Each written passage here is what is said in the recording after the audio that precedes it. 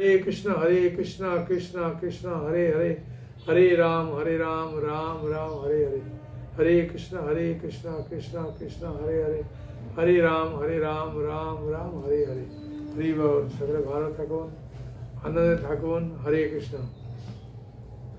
আজকে আমরা শিলা ভক্তিবিনোদ ঠাকুরের জীবনী নিয়ে আলোচনা করব। ভক্তিবিনোদ ঠাকুরের মা ছিলেন, হ্যাঁ, কে, বাবা কে ছিলেন, তিনি কত সালে জন্মগ্রহণ করেছিলেন, হ্যাঁ, তাই না? না, মায়ের নাম হচ্ছে শ্রীমতী জগন্মোহিনী দেবী, আর পিতার নাম হচ্ছে আনন্দচন্দ্র দত্ত। এই আনন্দচন্দ্র দত্ত তিনি বিবাহ করেন নদিয়া জেলার বীরনগর, যেটাকে উলা গ্রামও বলে আর বীরনগর বলে, হ্যাঁ, এবং প্রসিদ্ধ জমিদার ঈশ্বরচন্দ্র মুস্তফির কন্যা শ্রীমতী জগন্মোহিনী দেবী, তাকে বিবাহ করেন শ্রী আনন্দচন্দ্র দত্ত। সেই জন্য ভক্তিবিনোদ ঠাকুর, যার বাড়ির নাম হচ্ছে কেদারনাথ দত্ত, তার মামার বাড়ি হচ্ছে এই উলা গ্রাম, বীরনগর। ওখানে আমাদের একটা ইস্কনের জমি কিনেছে, তাই সেখানে একটা বিরাট বড় মন্দির হবে। হ্যাঁ, আপনারা কখনো গেলে বীরনগর, হ্যাঁ, আসতে পারবেন।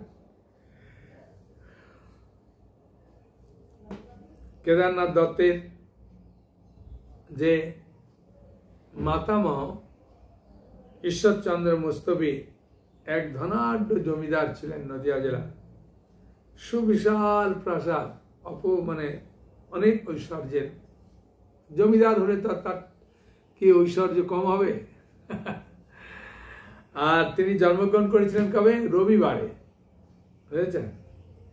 রবিবারে জন্মগ্রহণ করেছিলেন এবং শুক্লা ত্রয়োদশী তিথি ছিল, হ্যাঁ, ভাদ্র মাস ছিল, 18ই ভাদ্র। আর ইংরাজি সাল ছিল 1838 খ্রিস্টাব্দে, 1838 খ্রিস্টাব্দে। আর বাংলা ছিল 1245 সাল, আর শকাব্দ হলে 1760 শকাব্দে তিনি জন্মগ্রহণ করেছিলেন। বাল্য, পৌগণ্ড, হ্যাঁ, তারপরে শৈশবকাল, যেহেতু মামার বাড়িতে ছিলেন তো সেই জন্য খুব আনন্দেই কাটছিল। কেন, তার দাদু যেহেতু জমিদার, সেই জন্য অনেক দাস দাসীও ছিল, বিরাট বড় রাজপ্রাসাদ। এবং ওনাদের বংশটা ছিল সব উচ্চ বংশ, বুঝেছেন? একাদশ, মানে যখন কেদারনাথের বয়স, মানে ভক্তিবিনোদ ঠাকুরের বয়স 11 বছর, তখন তার বাবা মারা যায়। হ্যাঁ, এমনিতে তিনি ছোটবেলায় দাদুর বাড়িতেই পড়াশোনা করছিলেন, কিন্তু যখন আবার বাবা মারা গেলেন তখন কি করবে, তখন দাদুর বাড়িতেই চলে আসে। হ্যাঁ, এই পড়াশোনায় তিনি খুব ভালো ছিলেন, খুব ভালো, এক্সপার্ট পড়াশোনায়। হ্যাঁ, আসলে তিনি তো ছিলেন কমল মঞ্জুরি, শুনলাম কমল মঞ্জুরি ছিলেন। সেটা বড় জিনিস না, বড় জিনিস হচ্ছে এই জগতে যে কেউ আসবে তাকে খুব কষ্টর মধ্যে দিয়েই বড় হতে হবে, বুঝেছেন? পড়াশোনা হলেও খুব মন দিয়ে তাকে পড়তে হবে। যা কিছু এই জগতের কাজকর্ম সেগুলো প্রভাব পড়বে। হ্যাঁ,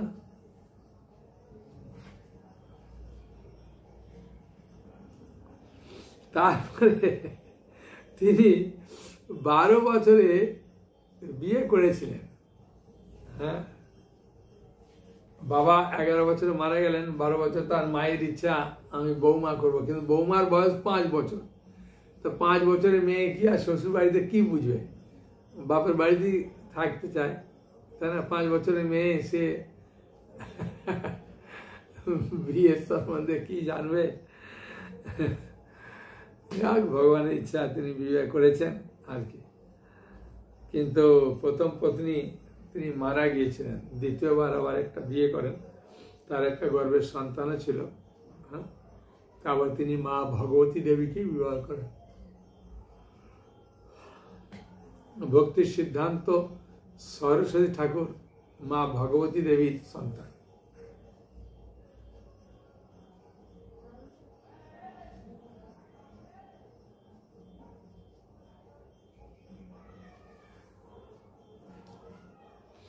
শাস্ত্রে বলছে তার একটা মেসমশাই ছিল, কাশীপ্রসাদ ঘোষ মহাশয়। হ্যাঁ, তার মেসমশাই। এখন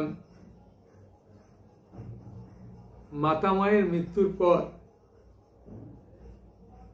তিনি উলা এসে কেদারনাথকে, তার কলকাতায়, মানে কেদারনাথ তো ছিলেন বীরনগরে, কিন্তু তার মামার বাড়ির যে দাদু মাতামা মারা যাওয়ার পরে ওর মেসমশাই এসে কাশীপ্রসাদ যেতে ওকে কলকাতায় নিয়ে যায় পড়াশোনার জন্যে। এবং জননী আর ভগিনীকে উলায় রেখে কলকাতায় এসে হিন্দু দাতব্য চিকিৎসা শিক্ষা কেন্দ্রে বিদ্যাভ্যাসে ইংরেজি ভাষায় বিশেষ অধিকার লাভ করেন। মানে তখনকার দিনে তো ইংরাজিতেই বেশি পড়া হতো, ইংরেজ শাসন ছিল না। এই সময় কলকাতায় তিনি আবার অসুস্থ হয়ে পড়লেন। হ্যাঁ, কলকাতার পরিবেশ তাকে শুট করল না, সে তিনি কলকাতা ছেড়ে আবার চলে গেলেন এতে বীরনগরে চলে এলেন, গ্রাম এলাকায়। হ্যাঁ, বীরনগরটা পুরা গ্রাম, এখনো গেলেও বুঝতে পারবেন পুরা গ্রাম আছে। হ্যাঁ, খুব সুন্দর পরিবেশ।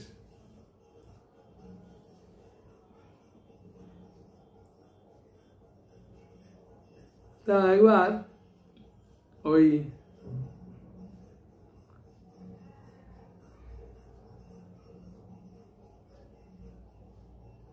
একজন ব্যক্তি ওই কেদারনাথ দত্তকে বলেছিলেন যে এই বীরনগরে থাকবেন না, এখানে মহামারী হবে।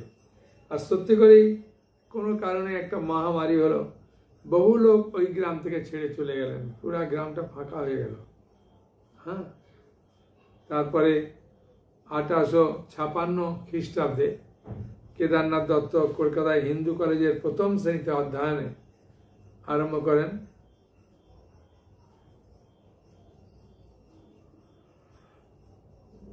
কলকাতায় হিন্দু কলেজে পড়াশোনা করে।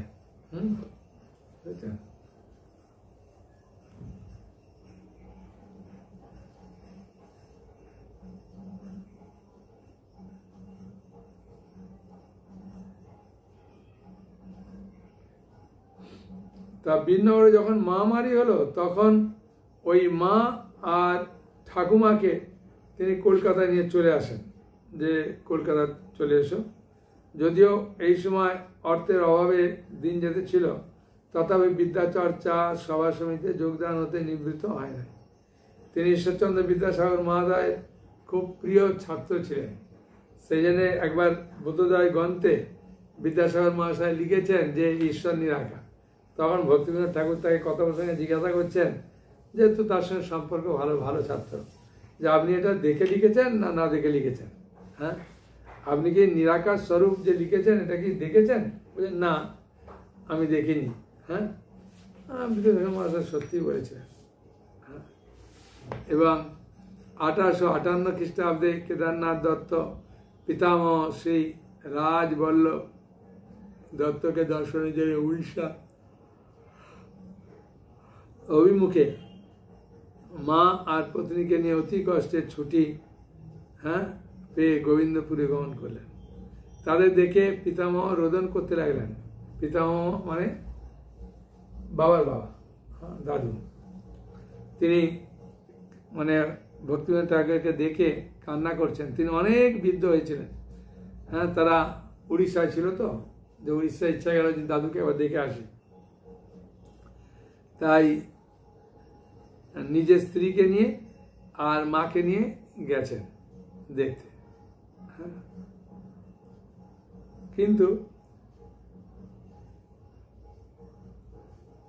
একদিন তার পিতামহ মানে ঠাকুর দাদা রাজবল্লভ দত্ত দ্বিপ্রহর সময়ে বসে হরিনাম জপ করছেন। মানে দেখুন, বৈষ্ণব ছিলেন, হ্যাঁ, ওনার বাবার বাবা বৈষ্ণব ছিলেন আর মায়ের বাবা জমিদার ছিলেন।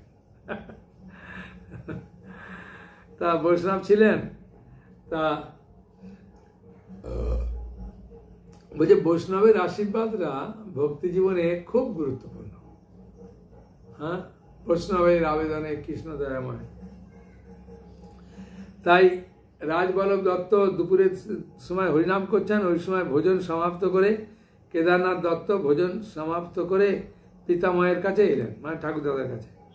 তখন ঠাকুরদাদা শ্রী রাজবল্লভ দত্ত, হ্যাঁ, ঠাকুরদাদা রাজবল্লভ দত্ত বলতে লাগলেন, আমার মৃত্যুর পর, ভালো করে শোনা, আমার মৃত্যুর পর তোমরা আর এদেশে থেকো না। 27 বছর বয়সে তোমার বড় চাকরি হবে। হ্যাঁ, কোন বয়সে চাকরি হবে তাও বলে দিয়েছে। 27 বছর বয়সে তোমার একটা বড় চাকরি হবে। আর আমি আশীর্বাদ করছি তুমি একজন বড় বৈষ্ণব হবে। এই কথা বলা মাত্রই তার ব্রহ্মতালু ভেদ করে, দেখুন দাদু কিরম ছিল, ব্রহ্মতালু ভেদ করে আত্মা বেরিয়ে গেছে। তারপরে দুটো বর দিলেন, হ্যাঁ, 27 বছরের চাকরি পাবে, বড় চাকরি, আর একটা কি বর দিলেন, তুমি বড় বৈষ্ণব হবে। এই দুটো বর দাদু যেহেতু বৈষ্ণব ছিলেন না, তার কাজ, তার আশীর্বাদ কাজ তো করবে। আর তার কিরকম বৈষ্ণব ছিলেন, এই ব্রহ্মতালু দিয়ে আত্মা বেরিয়ে গেছে। সাধারণত আমাদের কি হয়, 9টা দরজার মধ্যে যে কোনো একটা দিয়ে বেরোয়, তাই না? চোখ আছে, ওখান দিয়ে বেরোতে পারে, নাক দিয়ে বেরোতে পারে, কান দিয়ে বেরোতে পারে, মুখ দিয়ে বেরোতে পারে, নারে পেশাব নালী দিয়ে বেরোতে পারে, নারে পায়খানা নালী দিয়ে বেরোতে পারে। এই 9টা দ্বার, ঠিক আছে?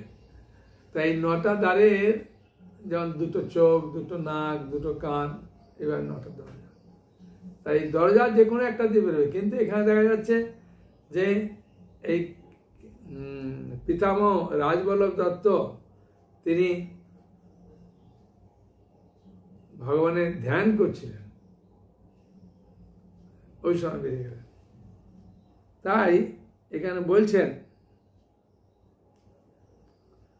পিতামহ রাজবল্লভ দত্ত বলতে লাগলেন, আমার মৃত্যুর পর তোমরা আর এই দেশে থেকো না। 27 বছর বয়সে তোমার বড় চাকরি হবে, আমি আশীর্বাদ করছি তুমি একজন বৈষ্ণব হবে। এই কথা বলা মাত্রই তার ব্রহ্মতালু ভেদ করে প্রাণ চলে গেল। কেদারনাথ দত্ত যথাশাস্ত্র বিধানে পিতামহের শ্রাদ্ধ তর্পণ ইত্যাদি সমাপ্ত করেন। দাদুর তো কাজ কে করবে, নাতিকে করতে হবে, তাই এসব করলো। বাবাও করে, বাবা যদি অক্ষম হয় বা এ হয়, হ্যাঁ, করতে পারে না। কিন্তু কেদারনাথ দত্তে বাবা তো নাই, ছেলেকে করতে হবে, মানে তার নাতিই করলো। কেদারনাথ দত্ত সব কিছু করলেন। তো 1879 খ্রিস্টাব্দে পিতামহের পরলোক গমনকালে কেদারনাথ কেন্দ্রপাড়া হতে, হ্যাঁ, মানে ওই উড়িষ্যা একটা কেন্দ্রপাড়া বলে জায়গা আছে, ওখান থেকে পুরুষোত্তমে গমন করলেন, মানে উড়িষ্যা যাবে, হ্যাঁ, মানে পুরীতে শিক্ষকতা পরীক্ষায় উত্তীর্ণ হয়ে কটক স্কুলের শিক্ষকের পদ চালু করলেন। পুরীতে ছিলেন, পুরীতে সবাই তার মানে পড়াশোনা করানোর কায়দা এসব দেখে তারপরে তাকে কটক স্কুলে, হ্যাঁ, উড়িষ্যা যে কটক, সেখানে স্কুলে শিক্ষকতার জন্য পাঠিয়ে দিলেন। হ্যাঁ, মনে হতে পারে যেন সেন্ট্রালের চাকরি, তাই না? এটা তো উড়িষ্যাতেই হচ্ছে না, সেই জন্য। ক্রমশ ভদ্রক ও মেদিনীপুরের কয়েকটি হাই স্কুলের প্রধান শিক্ষকের পদ পাঠান পারদর্শিতার কর্তৃপক্ষে বিশেষ দৃষ্টি আকর্ষণ করে। এই ভদ্রকে আমাদের একটা মন্দির রয়েছে ভক্তিনাথ ঠাকুরকে স্মৃতি রক্ষার জন্য।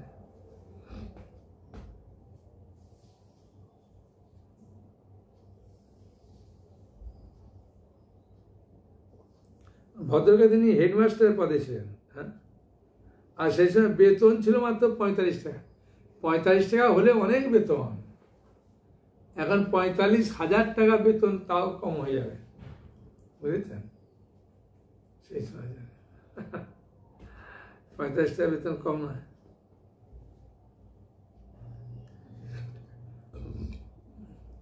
ভদ্রদেব থাকাকালীন ম্যাথস অফ উড়িষ্যা, এই মার্টস অফ উড়িষ্যা,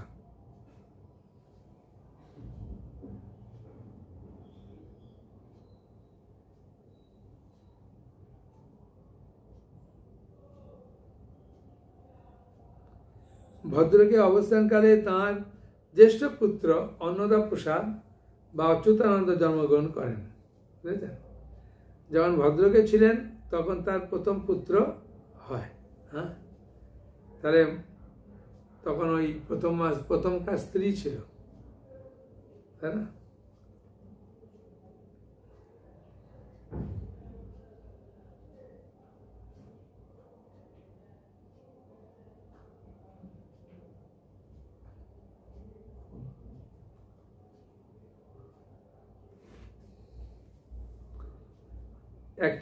এক বছরে ওই বছরে মেদিনীপুরে একটা ইংরেজি বিদ্যালয়ের শিক্ষকতার পদ পান। পূর্বতেই কেদারনাথ দত্তের বৈষ্ণব ধারণের প্রতি আকর্ষণ ছিল। একদিন ওই স্কুলে এক পণ্ডিতের প্রসঙ্গক্রমে জানতে পারলেন যে শ্রীকৃষ্ণ চৈতন্য মহাপ্রভু বঙ্গদেশে জন্মগ্রহণ করে আপামরে কৃষ্ণপ্রেম দান করছেন। ওই স্কুলের একজন মাস্টারমশাইয়ের মুখে শ্রীকৃষ্ণ চৈতন্য মহাপ্রভু তিনি এই বঙ্গদেশে জন্মগ্রহণ করেছেন, হ্যাঁ, কৃষ্ণ প্রেম দান করছেন, এইসব জানতে পেরেছেন। হ্যাঁ, সমাজে ভক্তি ধর্মের কোনো অনুসরণ ছিল না, বরং বৈষ্ণব ধর্মের ন্যায় সভ্য সম্প্রদায়ের নাসিকা কুঞ্চন করতেন। বৈষ্ণব ধর্মের নামে সভ্য সম্প্রদায় একটা খারাপ উৎসাহ হতো। তখন হতে তিনি শ্রীকৃষ্ণ চৈতন্যদেবের মত এবং বিবরণ জানবার জন্য বড়ই উদ্গ্রীব হলেন, যে আমি জানব। শ্রী চৈতন্য চৈতামৃত গ্রন্থে তখন মুদ্রিত ছিল না বলে কোথাও পাওয়া যেত না। তখন বৈষ্ণব গ্রন্থ যেখানে সেখানে পাওয়া যেত না বৈষ্ণব গ্রন্থ, তাই বহু অনুসন্ধানেও ওই গ্রন্থখানি তিনি সংগ্রহ করতে পারেন নাই। এখন যে চৈতন্য চৈতামৃত যখন আপনারা বলবেন তখনই পাঠিয়ে দিচ্ছি, আর এত সুন্দর প্রিন্ট। হ্যাঁ, এই একটা চৈতন্য চৈতামৃত অনেক কষ্টে একটা ঘুঁটের মাচার উপরে একজন ভদ্রলোকের বাড়িতে কিরমায় পেয়েছিলেন। সেইটা থেকে আজ হাজার হাজার চৈতন্য চৈতামৃত প্রিন্টিং হচ্ছে, হাজার হাজার নয়, লাখ লাখ বলতে পারেন। শ্রীল প্রভুপাদের কৃপায় এখন এত প্রিন্টিং হচ্ছে। মেদিনীপুরে অবস্থানকালে ওই প্রথম পত্নী একটা কঠিন রোগ হয়, মারা যায়। তখন ওই নবজাত শিশুর বয়স মাত্র 10 বছর ছিল, অন্নদা প্রসাদ। হ্যাঁ, তাই অন্নদা প্রসাদের জন্যে উনি চিন্তা করলেন আমাকে দেখাশোনা কে করবে, তাই তিনি আবার একটা পরে বিয়ে করেছিলেন, তার নাম ভগবতী দেবী। হ্যাঁ, অপূর্ব, মানে এইসব মহিলাদের মানে নাম শুনলেই হৃদয় ভক্তি আসে, মানে এত সুন্দর ব্যবহার। হ্যাঁ, ভগবতী দেবীর ব্যবহার এত সুন্দর, কল্পনার বাইরে।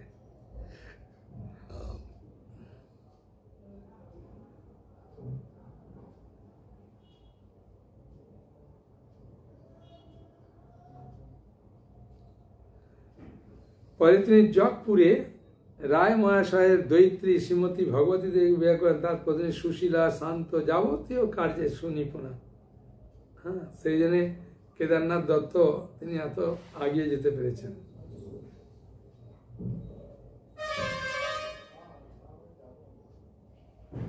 কিছুদিন পরে এই পদ ত্যাগ করে কালেক্টরি অফিসে কর্ম গ্রহণ করেন।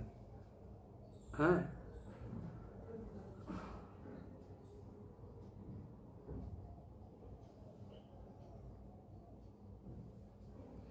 পরে তিনি রানাঘাটে একটা বাসভবন নির্মাণ করেন। হ্যাঁ, আইন পরীক্ষা পাস করেন। কিছুদিন পরে চুয়াডাঙ্গায় কর্মকালে রানাঘাটে একটা বাসভবন নির্মাণ করেন। 1866 খ্রিস্টাব্দে কেদারনাথ ছাবড়া জেলায় ডেপুটি রেজিস্ট্রার পদ লাভ করেন।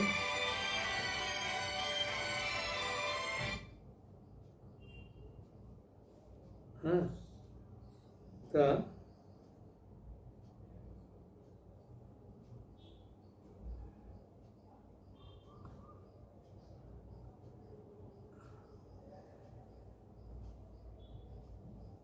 তিনি ছাবড়ায় অবস্থানকালে তিনি গোদনার গৌতম মুনির আশ্রম দর্শন করেন তথা গৌতম স্পিচ নামক একটা বক্তৃতা প্রদান করেন।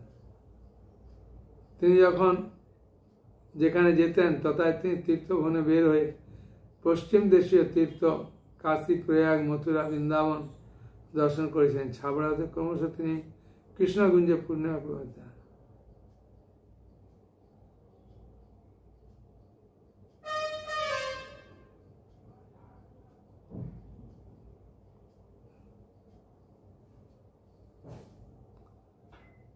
কেদারনাথ দত্ত চৈতন্য চৈতামৃত গ্রন্থ প্রাপ্ত হয়ে ওই গ্রন্থ পুনঃ পুনঃ পাঠ করে গৌড়ীয় বৈষ্ণব ধর্মে আকৃষ্ট হলেন। চৈতন্য মহাপ্রভুর প্রতি অধিকতর শ্রদ্ধান্বিত হলেন আর বৈষ্ণব ধর্মাচরণে বিশেষভাবে মনোনিবেশ করলেন। তার স্বলিখিত জীবনীতে এক স্থানে আছে, নিজের হাতে যে জীবনী লিখেছেন এখানে আছে, এই সময় হতে মহাপ্রভু চৈতন্য দেবের আমার ঈশ্বর বুদ্ধি জন্মে। এই চৈতন্য মহাপ্রভু যে ভগবান সেটা জানে। ওই বৈষ্ণব ধর্মের প্রতি যে শ্রদ্ধা বীজ আমার হৃদয়ে পতিত ছিল তা সময় পাইয়া অঙ্কুরিত হলো। মানে ওনারা ওই রাজা রামমোহন রায়ের যে ব্রাহ্ম সমাজ তৈরি করেছিলেন সেই সমাজে এই কেদারনাথ দত্ত ছিলেন, দ্বারকানাথ ঠাকুর, যত শিক্ষিত উচ্চ মহলের তারা ওই দলে ছিল। কিন্তু চৈতন্য মহাপ্রভুর এই চৈতন্য চৈতন্য পাওয়ার পরে চৈতন্য মহাপ্রভুতে আকৃষ্ট হতে ওই ব্রাহ্ম সমাজ মানে রাজা রামমোহন রায় যে সংগঠন তৈরি করেছে তাই সে ছেড়ে দিয়ে চলে এসেছিলেন। সেই অনেকে অখুশি হয়েছিলেন, কিন্তু তিনি প্রকৃতপক্ষে জগতের মানুষের কল্যাণের জন্য তিনি এই গ্রন্থ রচনা করেছিলেন।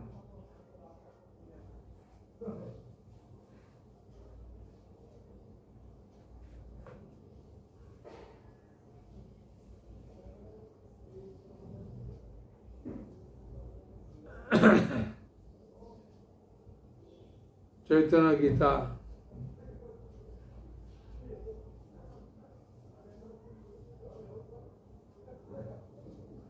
1868 খ্রিস্টাব্দে কেদারনাথ দিনাজপুর হতে চম্পারণ এবং তথা হতে পুরুষোত্তম ক্ষেত্রে প্রবর্তিত হয়।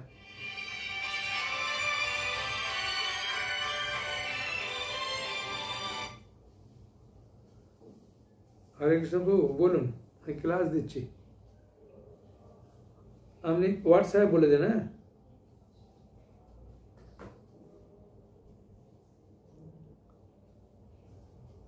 আঠারোশো 1868 খ্রিস্টাব্দে কেদারনাথ দিনাজপুর হতে চম্পারণ তথা পুরুষোত্তম ক্ষেত্রে প্রবর্তিত হয়। এই সময় দ্বিতীয় পুত্র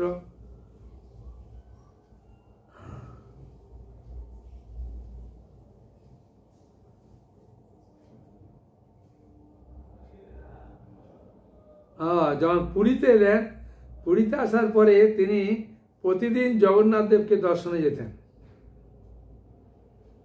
হ্যাঁ, বদলি হয়ে ভগবানের ইচ্ছায় পুরীতে এসছেন। জগন্নাথ দেবের দর্শনকালে শ্রীকৃষ্ণ চৈতন্য মহাপুর ভাবসমূহ তার হৃদয়ের অন্তঃস্থলে প্রবেশ করে। কারণ চৈতন্য মহাপ্রভু পুরীতে বহু বছর ছিলেন, তা তখন তার হৃদয়ে চৈতন্য মহাপ্রভুর কৃপা লাভ হয়, দর্শন করতেন। জগন্নাথ দেবের দর্শনকালে চৈতন্য মহাপুর ভাব সমূহ তার হৃদয়ের অন্তঃস্থলে প্রবেশ করে তাকে অপ্রাকৃত সুখ সাগরে নিমগ্ন করত। এই সময় উড়িষ্যা কমিশনার ছিলেন রেভেন্ডা সাহেব। হ্যাঁ, উড়িষ্যার যে কমিশনার ছিলেন রেভেন্ডা সাহেব, ওই রেভেন্ডা সাহেব ওই ভক্তিবিনোদ ঠাকুরকে খুব ভালোবাসতেন। তিনি কেদারনাথ মহাশয়কে ওই সময় উড়িষ্যার অতি বড়ি সম্প্রদায়, হ্যাঁ, মানে ওই 20 কৃষ্ণ আছে না, হ্যাঁ, যে কি একটা আমার গুরু মহারাজ একটা ওই শ্লোক আছে, হ্যাঁ, ওই 20 কৃষ্ণ ও একজন যোগী ছিল, বুঝেছেন? আর ওই যোগী নিজেকেই মহাবিষ্ণুর অবতার বলে প্রচার করতেন, আর প্রচুর মেয়েদের নিয়ে তিনি আবার রাজলীলা করতেন, আর শক্তিও ছিল অনেক। হ্যাঁ, বুঝেছেন?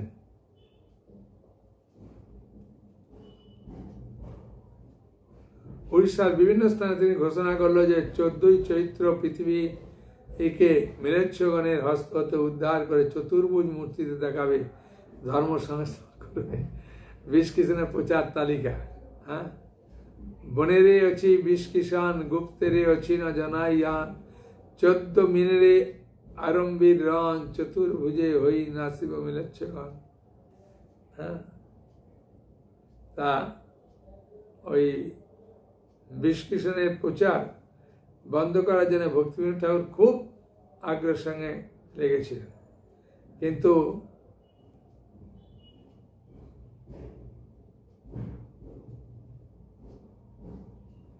কঠিন ব্যাধি নিরাময়, নানা প্রকার অসাধ্য সাধন বিভূতি দেখা দিলেন। মানে কিছু তো যোগীর একটা পাওয়ার থাকবে না, তো ওই পাওয়ার দেখাতে গিয়েই অহংকারে মত্ত হইয়া রাধা কৃষ্ণ বুঝিয়া জানিয়া শুনিয়া বিশ্ব খাইন, সেই হয়েছে। পূর্ণিমার তিথি নিশাকালে সে রাজরা করে বলে পল্লীর রমণীগণের নিকট সংবাদ পাঠালো। আর ভিঙ্গার কুলে চৌধুরী মহিলাদের প্রতি কোনো দৌরাত্ম্য প্রকাশিত হলে তথা পুরুষগণ উড়িষ্যা তদানীতন কমিশনার রেভেনশা সাহেবকে বলেন, মানে ওই চৌধুরীদের মহিলারা সবাই যাওয়ার জন্যে, তখন এই রেভেন সাহেবকে বলেন যে একে একটু অনিয়ে করুন, এরমভাবে মানে মাদারামি করছে। কেদারনাথকে এই বিষয়ে মীমাংসার জন্য সুযোগ দিলেন। আর কেদারনাথ দত্ত তিনি ওই বুকে ভাগবতকে ধরে ওর সমস্যার সমাধানের জন্য গিয়েছিলেন। তা অনেক ভীতি দেখিয়েছিল। হ্যাঁ, এমনকি যোগ বলে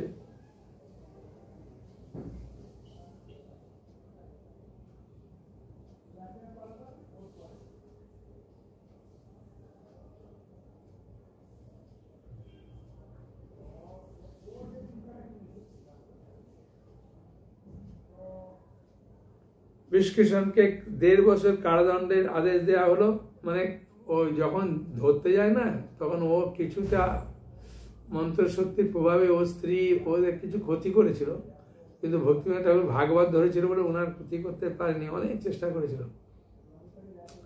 অ্যাকচুয়ালি ওর জটার মধ্যে শক্তি ছিল, যখন জটা কেটে দিয়েছে আর ওনার কোনো শক্তি নেই, বুঝেছেন? হ্যাঁ, তা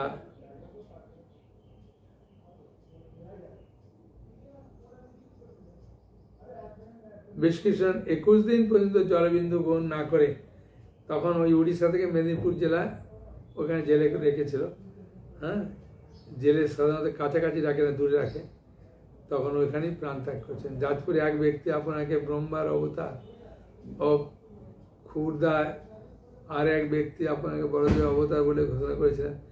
বিষ্কিষণ তাদেরও শাস্তি দিয়েছিলেন। যে যে বলছেন যে আমি ভগবান অবতার বলে কিছু ভেলকিবাজ দেখাচ্ছে, তাকেই ওই দায়িত্ব দিয়েছেন কেদারনাথ দত্তকে, সবাইকে একদম পরাস্ত করেছে। হ্যাঁ, পুরুষোত্তম ক্ষেত্রে দেখা গেলে কেদারনাথ দত্ত উৎকল দণ্ডিত গোপীনাথ মিশ্রের নিকট শ্রীমদ ভাগবত গ্রন্থ আলোচনা করেন।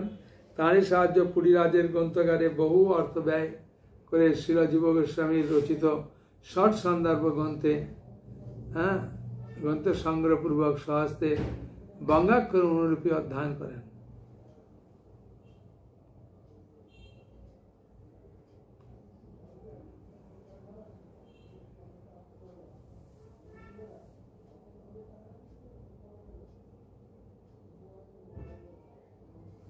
যখন পুরীতে ছিলেন তখন জগন্নাথ বল্লভ গার্ডেন আছে, জগন্নাথ বল্লভ উদ্যান, যেখানে জগন্নাথ দেবের জন্য মানে সমস্ত ফুল টুল এ করা।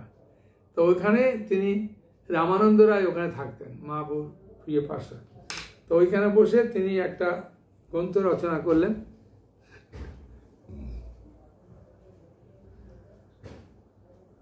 ভগবত সংসদ প্রতিষ্ঠা করেন।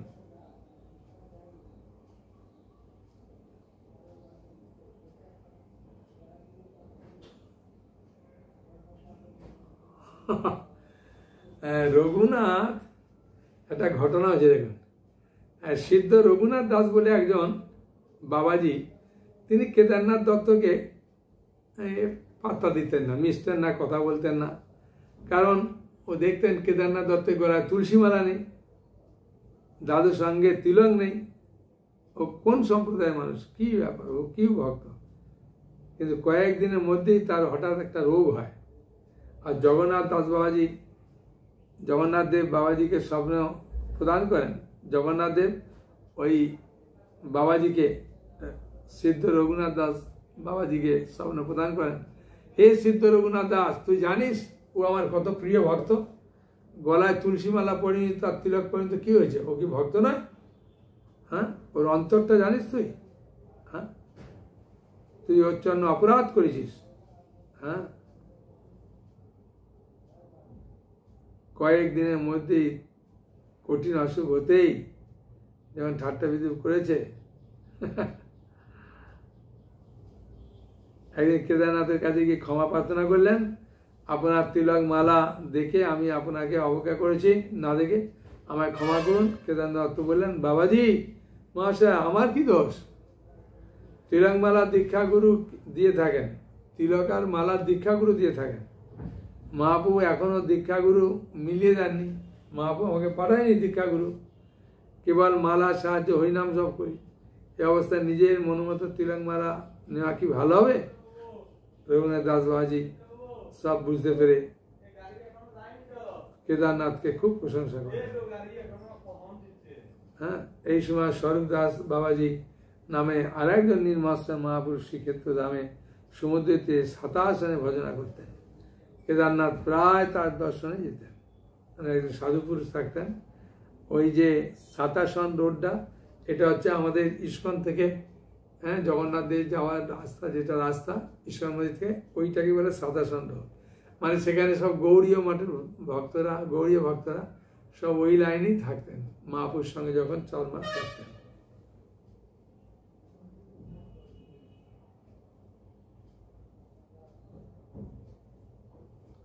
কেদারনাথ প্রায় সময় দর্শন করতেন। বাবাজি মহারাজ তাকে অন্তরের সহিত ভালোবাসতেন, নিরন্তর কৃষ্ণ ভজন উপদেশ করতেন।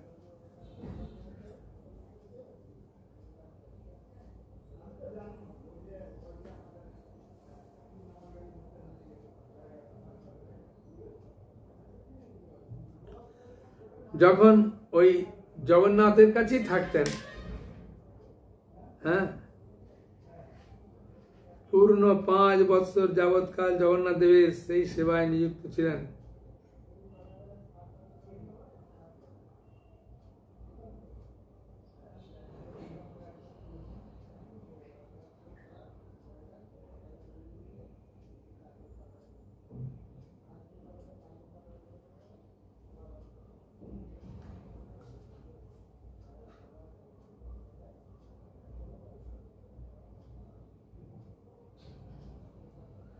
ওই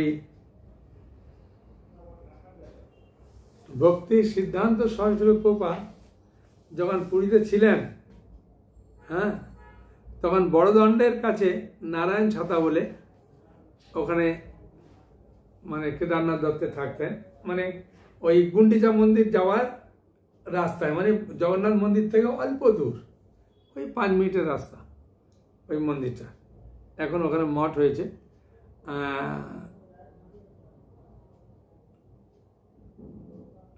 নয়নাভিরাম শ্রীকৃষ্ণ নাকি এরকম একটা নাম আছে ওখানে, ভগবানের নাম। হ্যাঁ, যেহেতু ভক্তির সিদ্ধান্ত সর্বপ্রপাদ নয়ন মন্দির ছিলেন, তো তাই এরকম একটা ভগবানের নাম দিয়ে ওখানে আছে। তাই ওইখানেতে ওই ভক্তির সিদ্ধান্ত সর্বপ্রপাদ তিনি 1874 খ্রিস্টাব্দে 6 ফেব্রুয়ারি, হ্যাঁ, মাঘী কৃষ্ণা পঞ্চমী তিথিতে, হ্যাঁ, জগন্নাথ বল্লভ উদ্যানের নিকট বড়দাণ্ডের পাশে নারায়ণ ছাতা মঠের সংলগ্ন সুবৃহৎ আলয়ে কেদারনাথ দত্তের পুত্র রূপে আবির্ভূত হন। জন্মের কয়েক মাস তার পরিবারের সঙ্গে, পরিবার সকলকে রানাঘাটে আবার পাঠিয়ে দেন। যেহেতু তিনি ডেপুটি ম্যাজিস্ট্রেট পদ ছিলেন, তো সেই জন্য বিভিন্ন জায়গায় স্থানান্তরিত করতে সরকার, কিছু করার নেই। হ্যাঁ,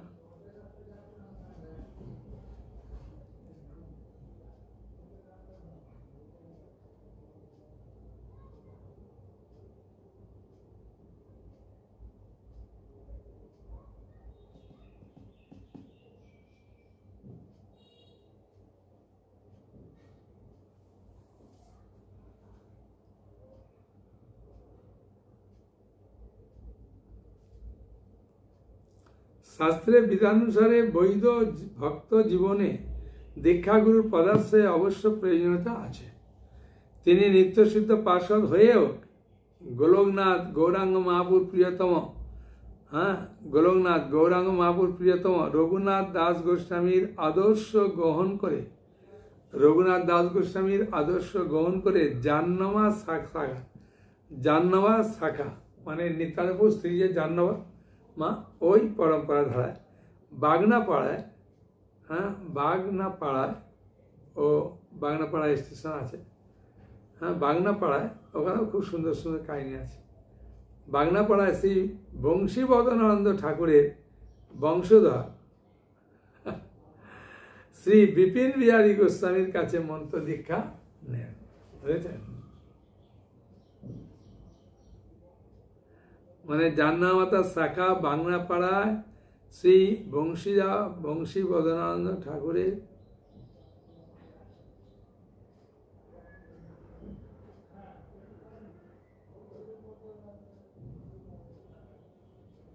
বিপিন বিহারী হরি তার শক্তি অবতরী, বিপিন বিহারী প্রভুবর শ্রী গুরু গোস্বামী রূপে দেখি মরে ভবকূপে উদ্ধারিল আপন কিঙ্কর। মানে বিপিন বিহারী গোস্বামী তার গুরুদেব তো, কিন্তু ভক্তি সিদ্ধান্ত সরস্বতী প্রভুপাদকে দীক্ষা দেওয়ার চেষ্টা করেছিলেন।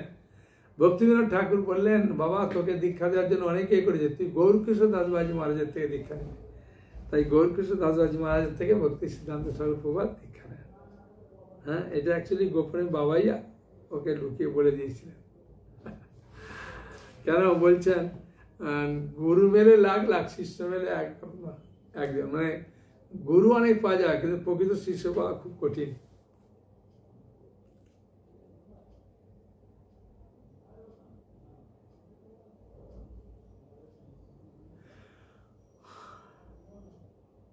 এই যে ভক্তি বিনোদ, এটা একটা উপাধি, বুঝেছেন? এই উপাধিটা কখন দেয়, কোথায় দেয়,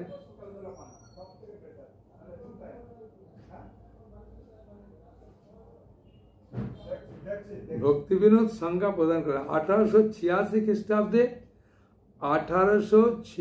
খ্রিস্টাব্দে অম্বিকা কানলা ও বাংনাপাড়া আচার্যকুল তাকে ভক্তি বিনোদ উপাধি দেন।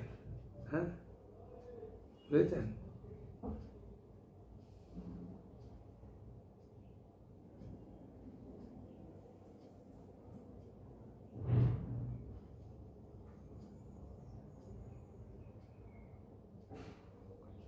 তাহলে 1886 খ্রিস্টাব্দে অম্বিকা কানলা বাংনাপাড়ায় আচার্যকুল মানে বহু আচার্য মিলে ভক্তিবিনোদ উপাধি দেন। এই ভক্তিবিনোদ উপাধি পরবর্তীকালে নামেই পরিণত হয়। কেদারনাথ দত্ত আর কেউ চেনে না, তখন সবাই ভক্তিবিনোদ ঠাকুর বলেই চেনে। হ্যাঁ, আমার ভক্তিগ্রন্থ কার্য দেখিয়া শ্রীপাদ আচার্যকুল আমার প্রতি প্রতিষ্ঠিত হয়ে আমাকে যে পত্র লেখেন তার প্রতিলিপি লিপি এইরকম ছিল। হ্যাঁ,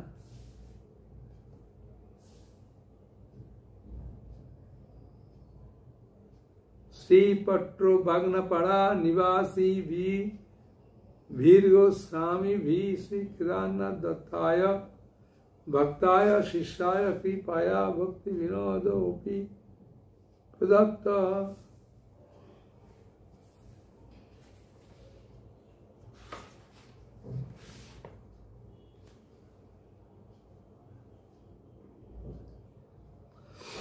আঠারোশো 87 খ্রিস্টাব্দে তিনি চিন্তা করলেন যে আমি রাজকার্য থেকে বিশ্রাম নেব, হ্যাঁ, এবং জীবনের শেষ ভাগে ব্রজমণ্ডলে যাব, যমুনা পুলিনে কোনো বনে একটা ভজন করব, বুঝলেন। 1887 খ্রিস্টাব্দে তিনি মনে করেন যে আমি চাকরি থেকে অবসর নিয়ে আমি বৃন্দাবনে যাব, গিয়ে সেখানে যে কোনো একটা বনে গিয়ে যমুনার তীরে ভজন করব। এরূপ চিন্তা করতে হতে ভক্তরাজ একবার সরকারি কাজ উপলক্ষে তারকেশ্বর গিয়েছিলেন, বুঝেছেন। বৃন্দাবন যাবে, তারকেশ্বর গিয়েছিলেন। হ্যাঁ, আর সেখানে রাত্রিতে স্বপ্ন দেখলেন, মহাপ্রভু তাকে বললেন, মহাপ্রভু তাকে বলছেন তুমি বৃন্দাবনে যাবে, তোমার গৃহের নিকটবর্তী যে নবদ্বীপ মণ্ডল আছে, যে কার্য আছে তার কি করলে। এই স্বপ্ন বৃত্তান্ত তিনি ভক্তিবৃন্দ মহাশয়কে বললেন। ভক্তিবৃন্দ মহাশয় তখন মানে ওর সঙ্গে যারা ছিলেন, তখন ভক্তিবিনোদ ঠাকুরকে সরকারি কার্য নিয়ে নবদ্বীপের নিকটবর্তী কৃষ্ণগড়ে সদয় বদলি হতে পরামর্শ দিলেন। তাহলে কি বোঝা গেল যে বৃন্দাবন যাবে বলছেন, তখন মহাপ্রভু বললেন না, তোমার বাড়ির সামনে যে নবদ্বীপ মন্দির আছে তার উন্নতি করো। হ্যাঁ, এই স্বপ্নটা ভাঙতে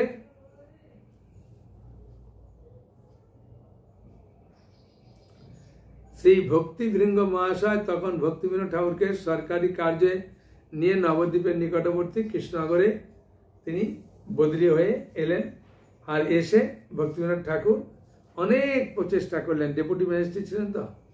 হ্যাঁ, তারপরে বিভিন্ন রাধা মাধব বসুর সহিত পরস্পর স্থান পরিবর্তন কৃষ্ণনগরে এলেন। ভক্তিবিনোদ ঠাকুর কৃষ্ণনগরে আসার পরেই এই মহাপুর যে জীবন মানে জন্মস্থান সেটা তিনি উদ্ধার করেছিলেন।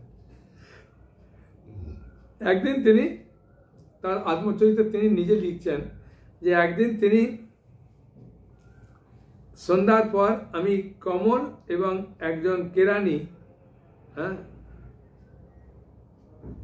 নবদ্বীপ শহরে রানীর ধর্মশালার ছাদের উপর উঠে চতুর্দিকে দৃষ্টিপাত করি। হ্যাঁ, গঙ্গার উত্তর দিকে একটা আলোময় অট্টালিকা দেখলাম।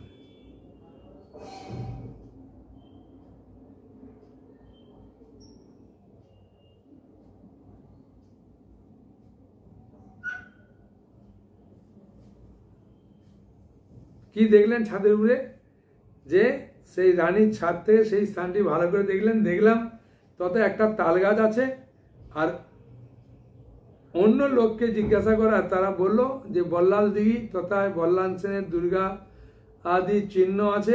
সে সোমবার কৃষ্ণনগর গিয়া পর শনিবার বল্লাল দিঘি গেলাম। রাত্রে আবার ওই প্রকার অদ্ভুত ব্যাপার দেখলাম, যে একটা উজ্জ্বল জ্যোতি দেখলাম। পরের দিন পদপুরীতে ওই স্থান দর্শন করলাম।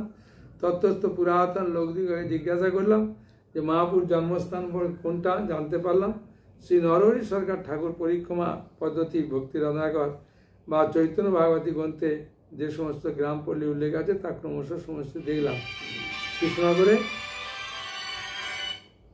কৃষ্ণনগরে তখন গিয়ে শনিবার বল্লাল দিকে গেলাম। রাত্রে আবার ওই প্রকার অদ্ভুত ব্যাপার দেখে পরদিন পদব্রজে ওই সব স্থান দর্শন করলাম। তত্ত্বস্থ পুরাতন লোকদেরকে জিজ্ঞাসা করে ওই স্থানটি মহাপ্রভুর জন্মস্থান বলে জানতে পারলাম। নরহরি সরকার ঠাকুর পরিক্রমা পদ্ধতি বা ভক্তি রত্নাকর চৈতন্য ভাগবতী গ্রন্থে যে সমস্ত গ্রাম পল্লীর উল্লেখ আছে তা ক্রমশ সমস্তই দেখলাম। কৃষ্ণনগরে বসিয়া নবদ্বীপ ধাম মাহাত্ম্য রচনা করে কলকাতায় ছাপাইতে পাঠাইলাম। কৃষ্ণনগরে ইঞ্জিনিয়ার দারিক বাবুকে সমস্ত কথা বুঝাইলে তিনি স্বীয় বুদ্ধি বলে সকল বুদ্ধিতে পারলাম আমার জন্য একখানা নবদ্বীপ মণ্ডলের নকশা করিয়া দিলেন, তাও ধাম মাহাত্ম্যে ছাপা হলো। তো এইভাবে মহাপুর জন্মস্থান তিনি বার করলেন।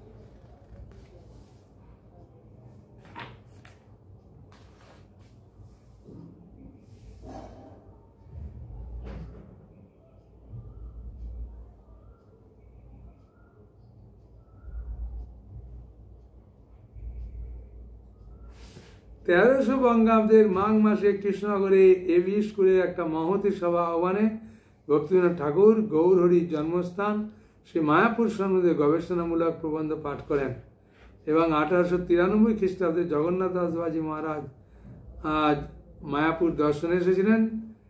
সেই দিন বহু বৈষ্ণবের তাতে আগমন হয়েছিল। তিনি উচ্চ টিলার ন্যায় স্থানে গিয়ে এই তো মায়াপুর জন্মস্থান বলে তিনি খুব আনন্দ করলেন।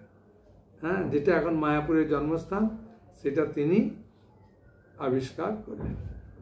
বিষ্ণুপ্রিয়া এই ভক্তিবিনোদ ঠাকুর আর জগন্নাথ দাস বাজি মহারাজ তারা মিলে 1300 বঙ্গাব্দের মাঘ মাসে তারা করে এটাকে ঠিক করলেন। 1893 খ্রিস্টাব্দে জগন্নাথ দাস মহারাজ এলেন। আসার পরে উঁচু থেকে নেমে ঝুড়ি করে এনেছিলেন ওর সেবক বিহারী। ওখান থেকে লাভ দিয়ে নেমে এই আমার প্রভুর জন্মস্থানের তার মুসলিমদের জিজ্ঞাসা করলো। তারা বললো এখানেতে যা কিছু দিই শুধুমাত্র তুলসী গাছ হয় আর অন্য কিছু হয় না, ওই জন্য এখানে লোকেরা কেউ এখানে আসে না। হ্যাঁ, বললেন ঠিক আছে। তারপরে জায়গাটাতে এখন গৌরী মঠ স্থাপন করেছেন মহাপুর জন্মস্থানে। বিরাট বড় মন্দির। আপনারা যদি কখনো আসবেন তা খুব আনন্দ পাবেন। ঠিক আছে। হরে কৃষ্ণ কৃষ্ণ কৃষ্ণ হরে হরে, হরে রাম রাম রাম হরে হরে। এখানে অমৃত লহরী বদনে বলুন হরি হরি। জয় ভক্তিবিনোদ ঠাকুর কি জয়। নিতাই গৌর প্রমানন্দে হরি হরি।